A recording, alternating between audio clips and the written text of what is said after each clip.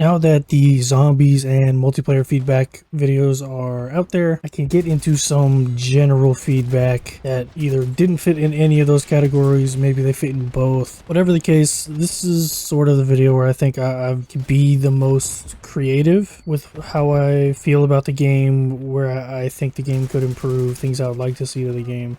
It's going to be broken up into positives and then negatives and then wants. So if you haven't checked out the first two videos, I recommend it, because if it's not in this video, maybe it was something that was in those other two. Don't forget to like, subscribe, all that good stuff, and let's hop into it. So starting off with the positives, probably the biggest positive in the game is Omni movement. Omni movement feels so good. It has made the movement in this game feel like you're just gliding across things. It really opens up your imagination to be able to do whatever you can think of, whether it's sprinting while looking behind you, sprinting to the sides, you can slide, dive in any direction. It feels like movement is unrestricted for the first time since like Black Ops 3, and I think Black Ops 3 had the best feeling jetpack movement, and it's like they took that but made it boots on the ground, where you really do have freedom to go in any direction. And I think that Omni movement needs to be the standard for every Call of Duty game going forward. Even if we end up going back to like an advanced movement jetpack sort of era in Call of Duty, I do think that even then the on the ground movement in those games still needs to be Omni movement. Next, I really enjoy the corner slice feature. I know it doesn't really provide any sort of gameplay distinction. Your character model isn't actually peeking around the corner, but I think I like that it doesn't actually change your character model, because then it would just turn into Rainbow Six where when you're checking corners and stuff, going really slow like it's a tactical shooter, and Call of Duty is not a tactical shooter. But I do really like the little bit of immersion that it gives. Same with the supine prone system, where you can look 360 degrees when you're prone, and depending on the angle that you're at, your POV will be tilted a bit. I know that like the corner slice stuff can sort of throw people off because they're not used to it, and so I like that it's an option, but I hope that's something that returns in future Call of Duties as well. But I like it. I think it looks cool on the screen, even though it provides absolutely nothing gameplay wise. Next, let's talk about the campaign just briefly, starting with the positives of it. I think the moment to moment gameplay of the campaign was on par with that of like the golden age of Call of Duty. The missions individually spectacular, and no two levels felt the same either. The open world missions this go around I think were expertly done. I know MW3 didn't have like a whole lot of time to get a story together, and they relied heavily on the open world missions, but the open world missions in MW3 absolutely sucked. They were not fun to do. They were missing that sort of scripted action hero moments to them. And it was the same with, I believe in MW2, they tried the open world missions as well, and it was more of the same. They felt bland. But in Black Ops 6, the open world missions felt very good, especially that like the desert mission where you had a map and it would give you POIs and you could go, and it was almost like it was a miniature version of like a open world Ubisoft game, which I think in very small doses is fun. I think making an entire game out of that is kind of overdone at this point, but I'm not here to give feedback to the entire gaming industry. I don't want to open that egg, but I think having that in short bite-sized pieces really felt great. And I went out and cleared everything on the map that there was to do, and even though you were doing the same thing at each site felt that it was crafted in a way that like shook up the gameplay a bit. And then obviously like at the end of that mission you got your action hero movie moment to feel like, yeah, this is what the Call of Duty campaigns that I remembered as a kid were. Even the mission where you were like high on Nova 6 or whatever the entire time, I don't necessarily know that I'll count that as like an open world mission, but it was a very large play space, and you got a grapple hook, so you got to maneuver yourself around with the grapple hook, which felt really good. I have been missing a grapple hook in Call of Duty, I'm not gonna lie to you. I'm hoping that they can bring the grapple hook to more places in Call of Duty. Maybe not multiplayer. I think it would be interesting in Warzone, sort of like how they had it in Blackout, and I feel like there's some opportunities in Zombies to be able able to use it. It's like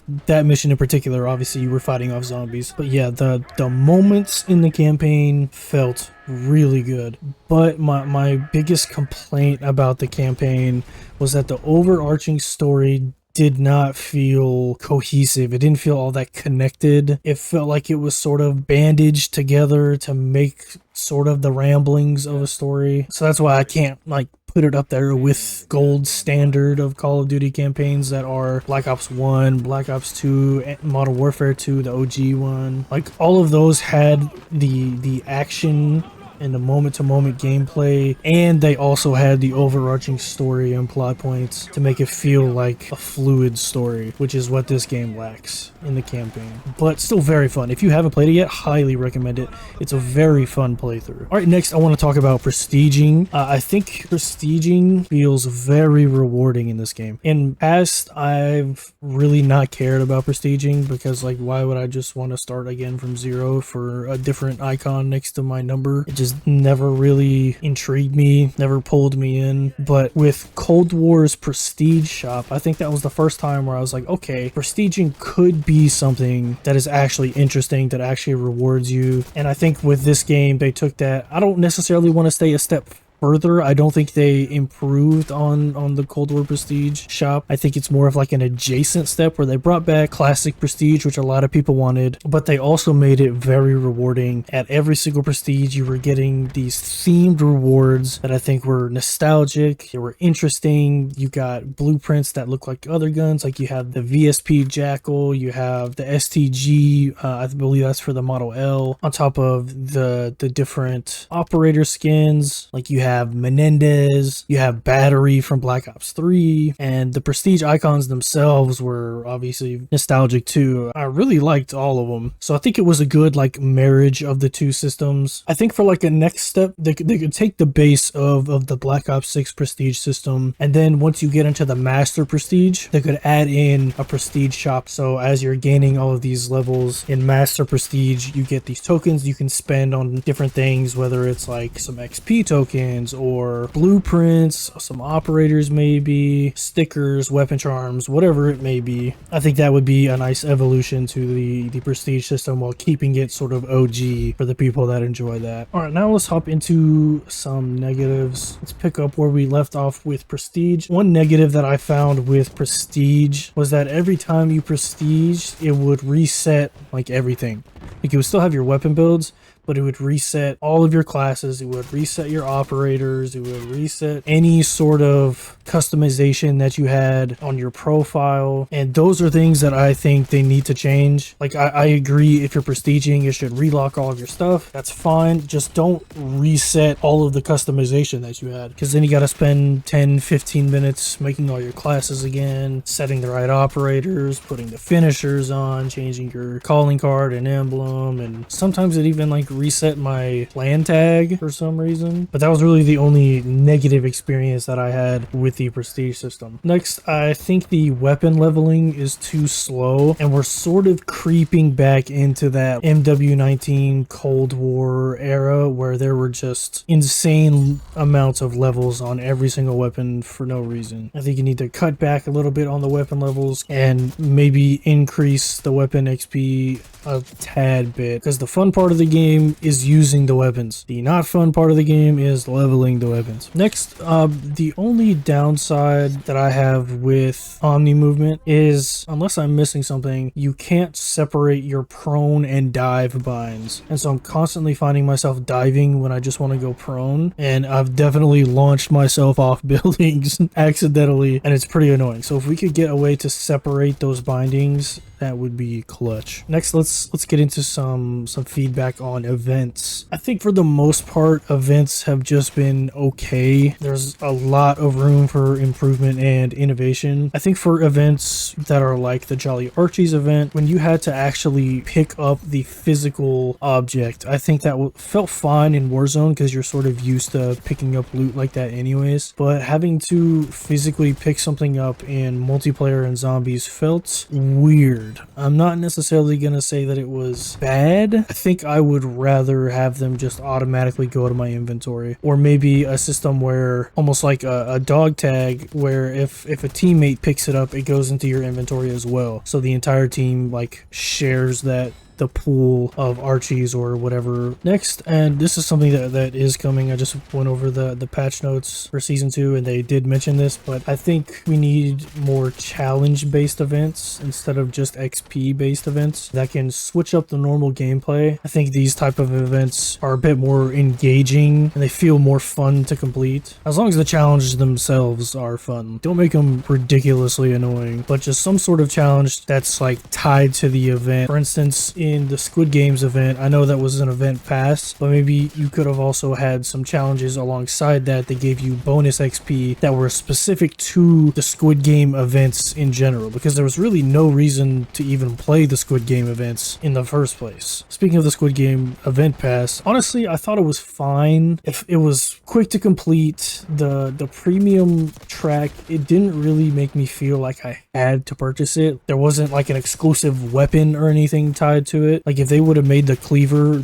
paid only, I think that's when people would have rioted. But just having like an operator and some tracer blueprints, I think it's fine. If you care about that kind of stuff, cool, you can pay for it. If not, don't. I think $10 for what it offered seemed pretty fair, at least like within their current pricing model, you know, which you can argue till you're blue in the face whether that's fair or not. I think most of us would err on the side of it's maybe not all that fair. But within their current pricing model, $10 for the items that you got would most likely be like 1,800 COD points, 2,400 COD points if it were just in bundle form. So I think $10, 1,000 COD points was fine, but I definitely understand payment fatigue. Like you feel like, okay, you just bought this full priced game. Okay, now you potentially paid $30 for a black cell. Okay, I really like this bundle. I'll pay $20 for it. Okay, now I'm getting an event pass for another $10, and you sort of feel like you're getting nickel and dime to death, except those nickels and dimes are 10 and 20 plus dollars. So I definitely understand that, and I would agree with you on that. But if we're just talking like in a vacuum, the cost of this based on their current pricing model really wasn't that bad. I think it was pretty fair. I do think that those event passes should be included in Black Cell though, or at the very least half off of it, so it's $5 instead of 10. Realistically, if you're buying Black Cell, those event passes should be free alongside it for sure. Next, I believe that they need to completely remove player collision for friendlies. I know they recently said that they were going to reduce player collision for allies. I think it needs to be removed altogether. I'm fine with player collision against enemies, but against friendlies, there's no reason why you should be running into your teammates and getting blocked at doorways and stuff. It's just ridiculous. I think the mantle speed buff that they did was good. I think it could use just a tad more. I know they're making a lot of changes in Warzone to make that movement feel a lot better, but I'm pretty sure all that stuff is like localized to Warzone. It's not coming to multiplayer at all. But I definitely would like to see a little bit faster on like the mantle speeds, the reload speeds, a single bunny hop, that kind of thing that they're doing for Warzone. I would like to see that in multiplayer as well. All right, finally, let's end it off with some wants, some things that they could bring to the game that I think would really keep me coming back and having a lot of fun. Start off with clans. I think they could make the clan system more robust. You could start out with like a 5% XP boost to your player level, weapon level, maybe even battle pass level if you're playing with people in the same clan. I remember back in, I believe it was Advanced Warfare, they had like a clan war system where like on the weekends your clan would be pit up against, I believe it was 2 or 3 other clans, and it was in this app on your phone that it would show you different zones that you would try and capture by doing different things like getting score in domination, getting score in hardpoint, winning S&D matches, that kind of thing. So you would be pit up against these other clans and you would try and get the most amount of score for things that were on this map so you could control the most territory and win that weekend. I don't remember if there were like any rewards involved or anything, but I remember having fun on the weekends with that system. And I think you could bring like clan war weekends back to Call of Duty. You could battle it out see who the best clan is, and maybe have small rewards like stickers and decals and stuff like that, XP tokens, whatever, for winning that weekend. Something to incentivize participation. I think you could have like a clan showcase where maybe you could showcase your top players and their achievements, sort of like you have your own individual player showcase, but it would just be like a player showcase for multiple players on a clan page, as well as like a ranked mode for clans. So these clans could battle it out and see who the top clan is in Call of Duty. Just something to make clans more robust, make them feel like they're actually a meaningful part of the game, something to bring back more of a sense of community, which I think Call of Duty has been lacking for a long time, especially since there's disbanding lobbies, so you can't really generate those rivalries with players. The SBMM system sort of keeps everybody at around a 1.0, give or take. Like there's a lot going on in the games that's pushing people away from each other.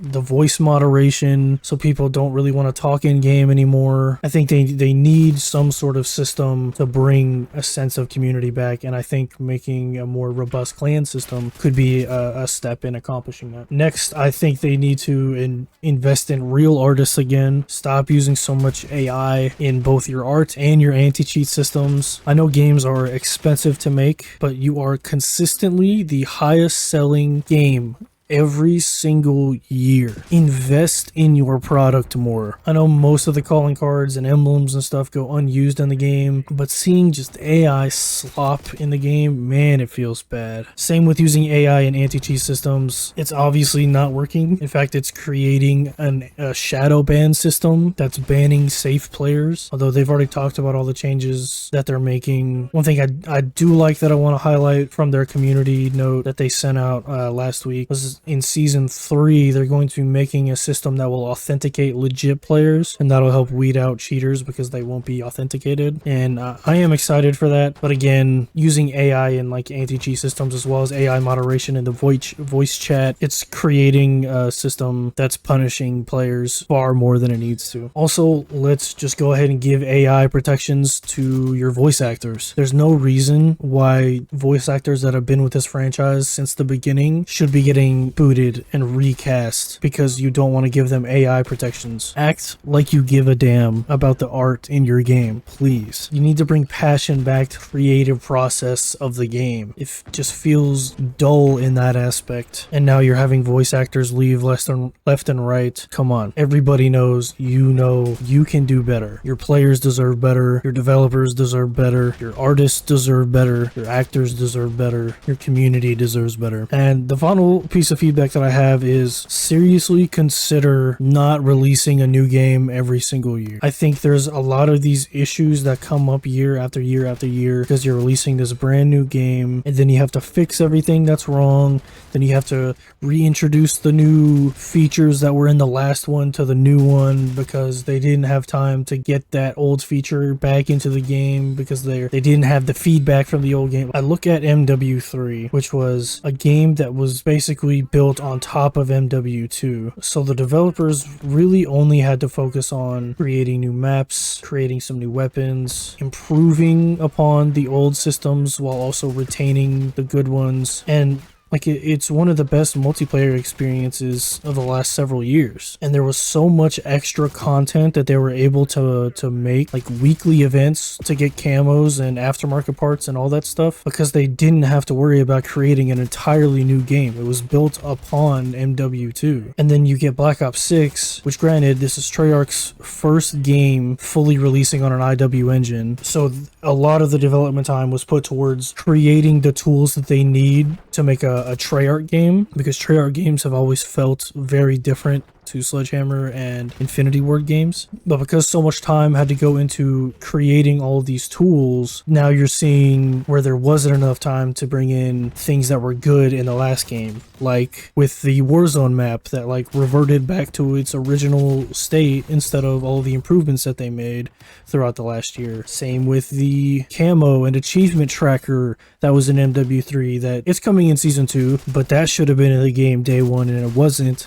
because they didn't have time to get everything in. Now, hopefully with every single studio unified on this engine, the future can maybe be smoother, and that's just me being hopeful. What Sledgehammer was able to do on MW3, I think really opened a lot of people's eyes to the possibilities. And I think giving each game multiple years so that other studios not only have more time on their games, but also gives the current studio more time to create tools and systems for long-term progression that aren't just immediately wasted when the next game comes out. And there are like little things that I've seen that sort of make me hopeful for this. Like, I believe it was Ghost of Hope who tweeted that Microsoft and Activision were creating like a task force that were going to be in charge of deciding which things were going to stay from game to game, so that the studios could like solely focus on maps and modes. And there was also a little snippet at the end of the community note where Treyarch basically said that they were setting the groundwork now to be able to work more efficiently on things moving forward. So that's really where I sit on the game right now at the end of season 1. I'm excited for season 2. If you haven't checked out the video where I was going over the blog, I'm excited for everything that's coming. There's just so much that could be better, and I think a lot of it stems from the game is only alive for a year, so why would they invest more than the bare minimum into it? But let me know your thoughts down below. If there's anything I missed, please let me know, and I'm excited to make more content. I will catch y'all in the next one.